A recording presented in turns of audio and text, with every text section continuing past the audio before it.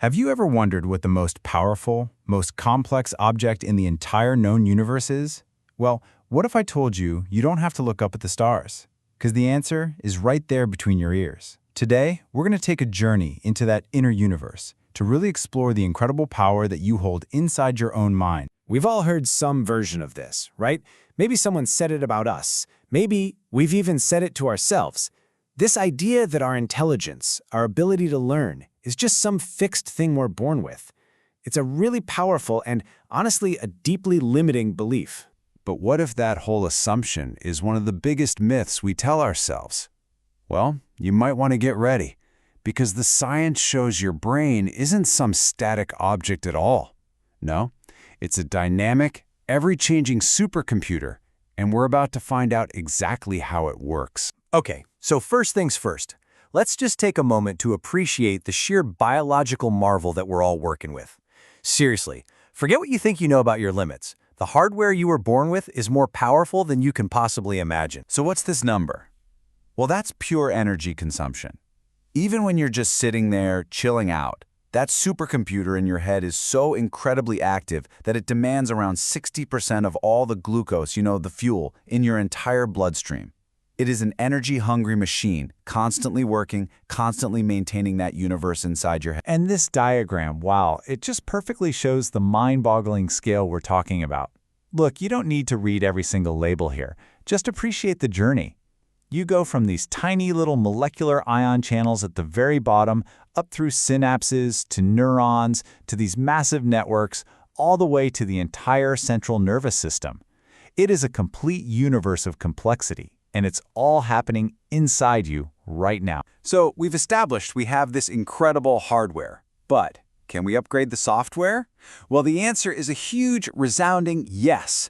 And it all comes down to one absolutely game-changing scientific idea: neuroplasticity. Now, this is really important. Plasticity doesn't mean your brain is made of plastic. It means it's malleable, that it can be shaped, it can be molded, it can be reorganized. At any age, your brain can forge totally new connections and pathways, effectively rewiring itself based on every single one of your experiences. This is the classic use it or lose it principle in action. Every single time you learn something new, or practice a skill, or even just think a new thought, you are physically strengthening certain neural connections.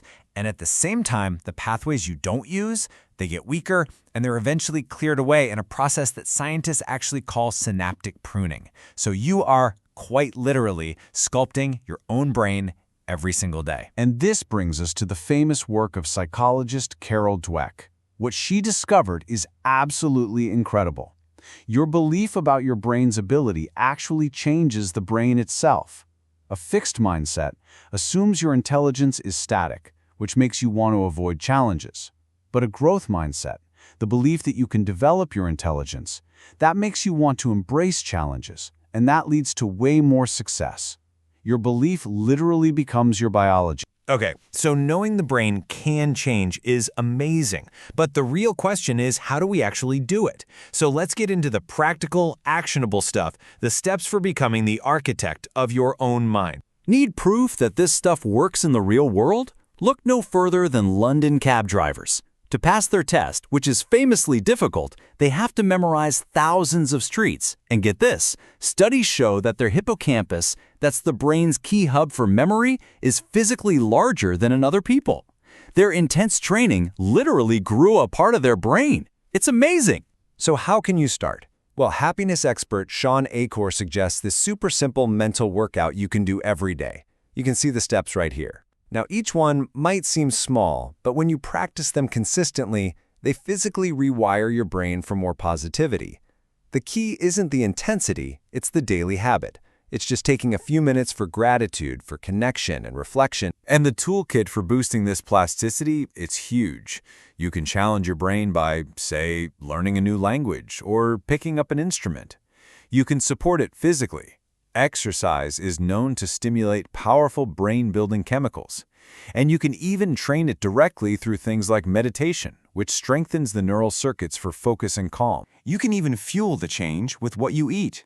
Think of it like giving your brain the absolute best building materials for its next big project. Foods rich in specific nutrients, like the flavonols you find in dark chocolate or the healthy fats in fish, they provide the essential compounds that help build a healthier, more adaptable brain. So, we've seen that the brain is not this fixed thing we're stuck with. It's a dynamic system that we can actively shape.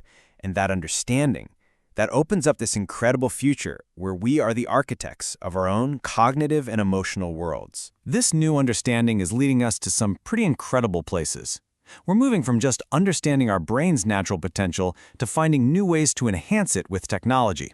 It represents the next frontier in our ability to not just understand the brain, but to heal it and maybe even improve it. But let's bring it back from the future to the most powerful tool you have in your hands right now, your mindset. Adopting a growth mindset is, without a doubt, the most crucial step you can take. It's the simple, powerful belief that you are always a work in progress. And with that view, failure is never a final verdict. It's just data. It's a stepping stone on the path to becoming whoever you choose to be. Remember that phrase from the beginning? He doesn't have the brains for it? Well, we now know that is just completely, utterly wrong. You have the brains. You have the most powerful, the most adaptable supercomputer in the known universe sitting in your head. It isn't finished. It isn't fixed. It is waiting for your instructions. So the only real question left is, what will you build next?